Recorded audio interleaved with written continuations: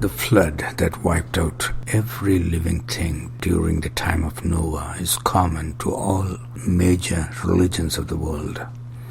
A few centuries after the flood, under the guidance of rebels like King Nimrod, people were rebelling against God and were building a temple tower at Babel in the plain of Shinar in Mesopotamia against God's will. God had intended for them to spread out and replenish the earth. So he confused their language and dispersed them. Furthermore, he destroyed that structure with lightning and thunder. In the 7th century BC, the Neo-Babylonian king Nabopolassar started rebuilding that structure, and he died prematurely. His son Nebuchadnezzar continued his father's project. Soon the Bible states that he also lost his mind, crawled on 4 like animals, and ate grass until he recognized the true God, the Creator. Then in the 4th century BC, when Alexander the Great passed through that region, he dismantled that structure which was in shambles in order to rebuild it. He too met his untimely death in Babylon. In the recent days, Saddam Hussein claimed that he was the modern-day Nebuchadnezzar and got into building projects to revive the old glory of Babylon. And we all know that his end was not a good one either. The charred remains of this ill-fated tower still stand today as a testimony for all of us to see in the Babel Governorate of Iraq in a place called Borsippa, which means the tongue tower in Greek.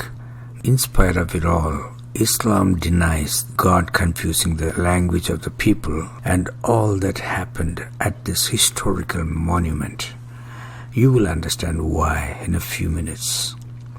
Now, coming back to our story, when God confused the language of humans and scattered them in their new settlements, it was the fallen entities out of Lucifer's abyss that taught new languages and everything to do with civilization, because before their fall, these creatures had been with God in heaven and they possessed the knowledge of reading, writing, and much more.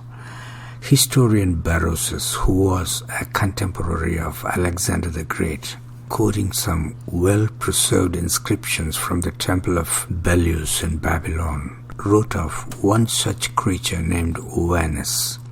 He came out of the Persian Gulf. He had the head and the body of a fish, with another human head inside it. He could speak like humans, and he instructed men in the use of letters and in all the principal arts and sciences of civilization. However, every day at sunset, he returned to the sea because he was amphibious. These kind of creatures, whom the pagans called sages, appeared all over the shores of the inhabited parts of the world. In Greece, Hermes taught language. The Romans called him Mercury. In Sumer, it was Uranus.